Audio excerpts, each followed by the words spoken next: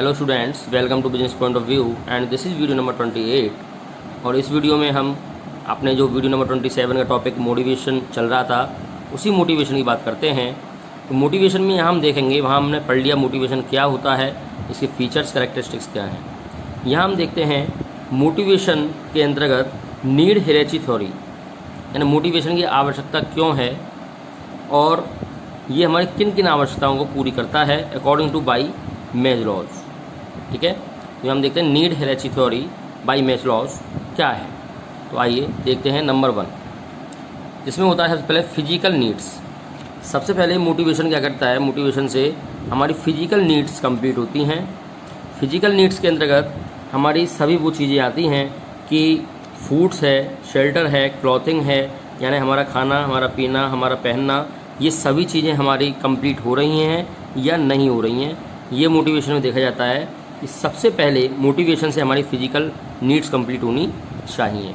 ऐसा नहीं कि केवल मोटिवेट होते जा रहे हैं, काम करते जा रहे हैं, लेकिन हमारी कोई भी नीड्स कंप्लीट नहीं हो रही है। तो सबसे पहले जो नीड हमारी होगी वो होगी physical needs. Okay, second is safety and security needs. Second हम देखते हैं हमारी safety and security needs complete होनी चाहिए, यानी कि जो हमारी फ्यूचर्स प्लानिंग है, जो हमारे फ्यूचर्स के एस्पेक्ट्स हैं, वो सभी इसमें कंप्लीट होने चाहिए, जिसके अंदर फिजिकल सिक्योरिटी भी आपकी आती है। जैसे मान लीजिए अगर मैं बीमार हो जाता हूँ या कोई एक्सीडेंट हो जाती है, फायर, इस प्रकार की कोई कंडीशन हो जाती है, तो उसके लिए फिजिकली सिक्योरिटी कंपनी के थ्रू मुझे मिल रही है या नहीं मिल रही है। Second, economical security. Economical security यानी कि अगर फ्यूचर में मैं रिटायरमेंट होता हूँ या कंपनी छोड़ के जाता हूँ, तो ऐसी कंडीशन में सफिशिएंट फंड मुझे प्राप्त होगा या नहीं होगा।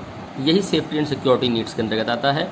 इसके बाद में जो नीड्स होती है वो होती है सोशल नीड्स। सोशल नीड्स में क्लियर सी बात है कि हम देखते हैं कंपनी के अंदर जितने ही वर्कर वर्क कर रहे हैं वो एज ए फ्रेंडशिप की तरीके से वर्क करें, एज अ जैसे हम बोलते हैं कंपेनियनशिप के अंतर्गत वर्क करें, जिससे हम सेटिस्फाई हो सकें और एक दूसरे के प्रति सभी की भावनाएं अच्छी हों।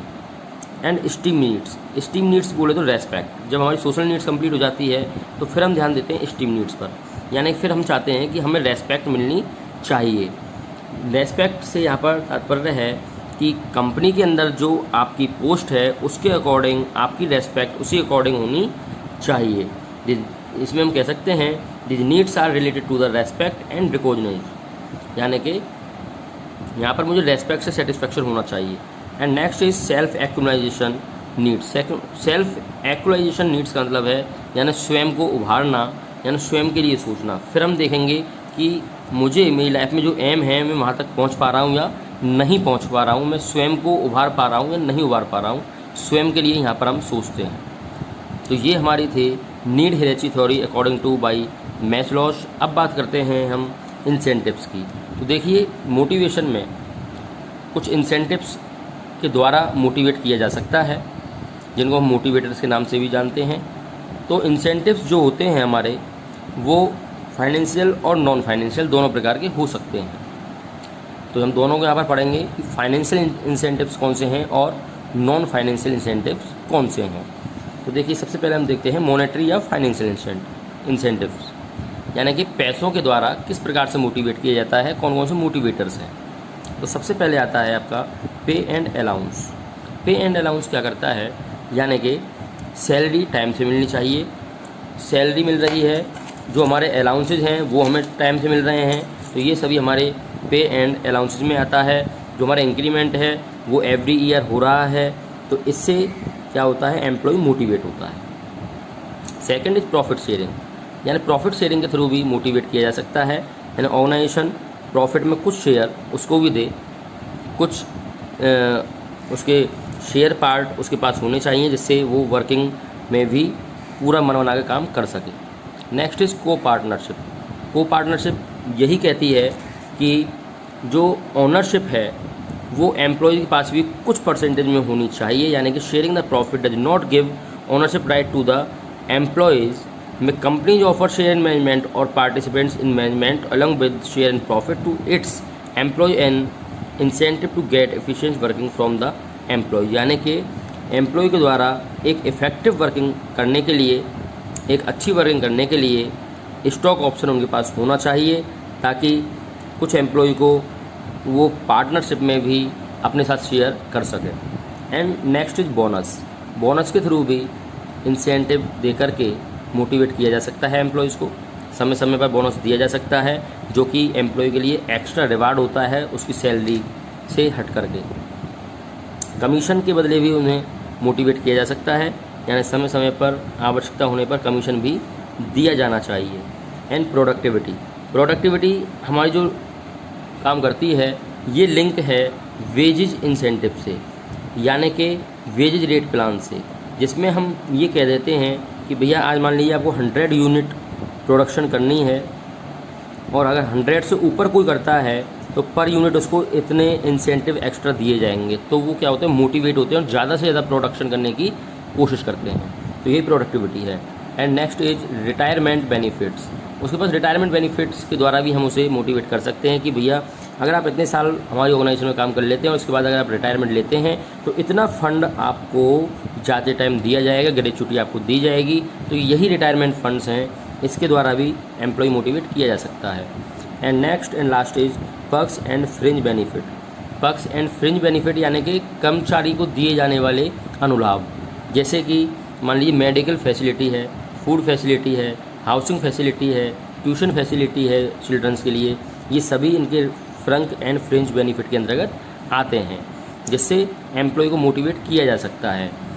ओके, तो ये थे आपके मॉनेटरी और फाइनेंशियल इंसेंटिव्स। तो ये तो आप जानते ही हैं कि पैसों के द्वारा मोटिवेट करना बड़ा आसान है, लेकिन बात करते हैं नॉन फाइनेंशियल इंसेंटिव की, कि अगर विदाउट मनी किसी को मोटिवेट करना है तो वो हम कैसे करेंगे। तो उसके लिए हम विशेष ध्यान देंगे। देखिए, नॉन फाइनेंशियल इंसेंटिव, सबसे पहले स्टेटस। अगर नॉन फाइनेंशियल आपको मोटिवेट इशू करना है तो सबसे पहले क्या है,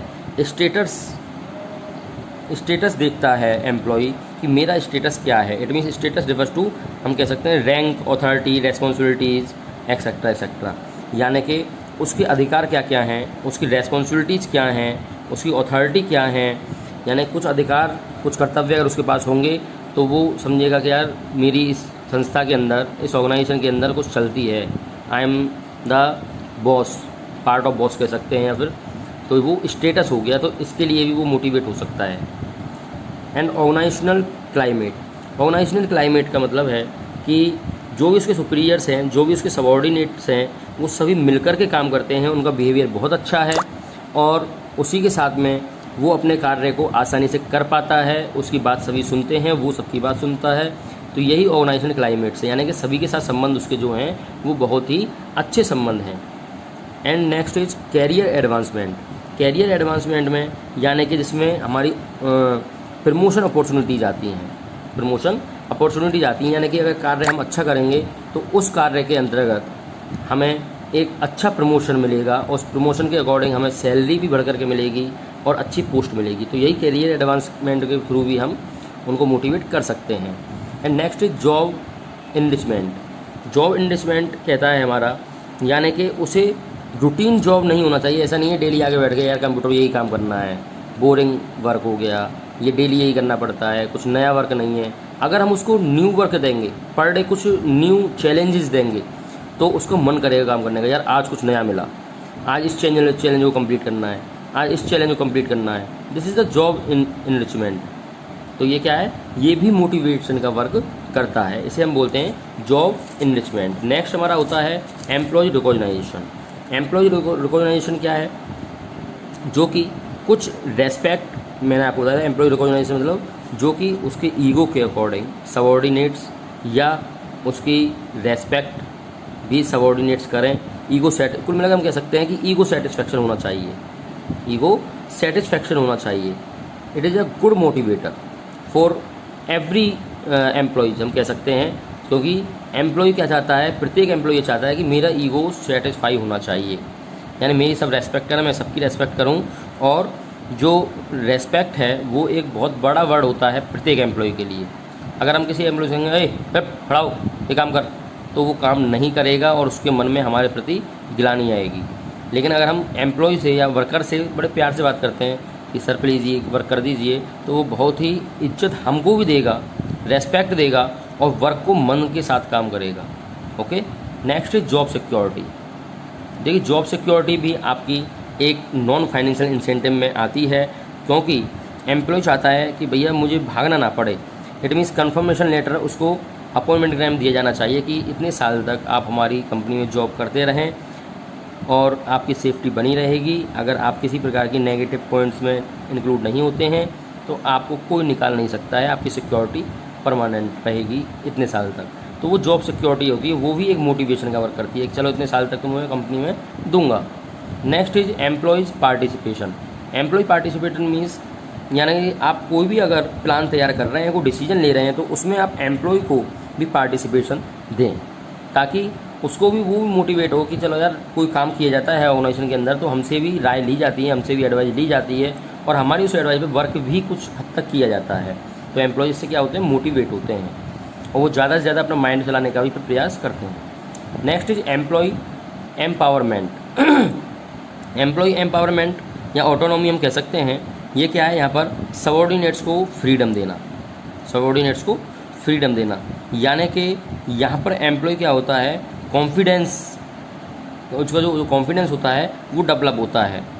वो क्या होता है, वो डेवलप होता है, यानी कि हम कह सकते हैं कि अगर आज़ादी मिलेगी एक फ्रीडम के अंतर्गत वो वर्क करेगा तो वो अपने वर्क को बहुत ही अच्छे से कर पाएगा, बहुत ही बेहतर तरीके से कर पाएगा, क्योंकि हर कोई एम्प्लॉय फ्रीडम चाहता है, लेकिन फ्रीडम के साथ साथ वो वर्क को भी परफॉर्मिंग अच्छे से बेस्ट तरीके से निकाल सकता है। तो ये भी एक मोटिवेट है। ऐसा नहीं है अच्छा तूने काम नहीं किया 1 घंटा हो गया, अच्छा तूने काम नहीं किया 2 घंटे हो गए तुझे, तो इट मीन्स अगर आप उसको बार बार टच करते रहेंगे तो वो क्या हो जाएगा, वहाँ पर डिस्टर्ब हो जाएगा उसका माइंड और वो वर्क नहीं कर पाएगा। आप उसे फ्रीडम दे दीजिए कि इतनी यूनिट मुझे आउटपुट में चाहिए, आप उसे बनाइए। 1 दिन बनाते हैं या 2 दिन बनाते हैं, आपको अगर अच्छे बनाएंगे तो ये इंसेंटिव मिलेंगे, ये मिलेगा, वो मिलेगा।